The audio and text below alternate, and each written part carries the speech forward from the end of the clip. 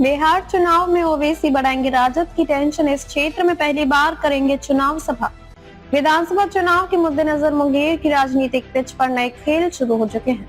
मंगलवार को AIMIM party प्रमुख असदुद्दीन ओवैसी पहली बार मुंगेर पहुंच रहे हैं। इस सभा में वे अपने प्रत्याशी पूर्व मंत्री मोनाजिर हसन के पक्ष में वोट की अपील करेंगे। मोनाजिर हसन जो पहले जदयू और राजद के साथ 4 बार विधायक रह चुके हैं, जदयू ने उन्हें मंत्री भी बनाया है।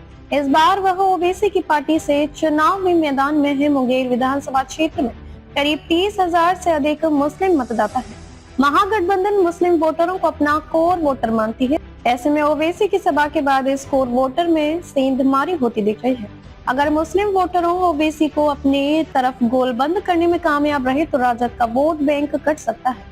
दरअसल एआईएमआईएम ने एक माह पूर्व बैठक कर मुंगेर प्रमंडल की 22 सीटों में मुस्लिम बाहुल्य सीटों पर 2 से 3 प्रत्याशियों को उतारने की मांग महागठबंधन से की थी, लेकिन इन सीटों में एक सीट जमुई से राजद ने प्रत्याशी दिया है। जब ओवैसी ने पूर्व मंत्री को मोनाजिर हसन को उम्मीदवार बनाया तो मुस्लिम समाज में एकजुटता देखने को मिली। राजनीतिक जानकारों का कहना है कि मोनाजिर हसन एमवाय समीकरण को तोड़ सकते हैं, जिससे महागठबंधन को झटका लग सकता है। ओवैसी की सभा को लेकर स्थानीय राजनीति में हलचल तेज है।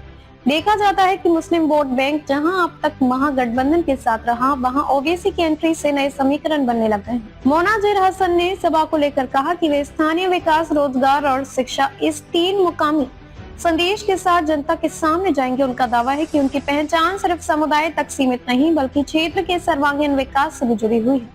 पार्टी के रणनीतिकारों का मानना है कि मुंगेर जैसे संवेदनशील क्षेत्र में ओवैसी का आगमन और मोनाजिर हसन का किरदार मिलकर राजनीतिक का पारा बढ़ सकता है।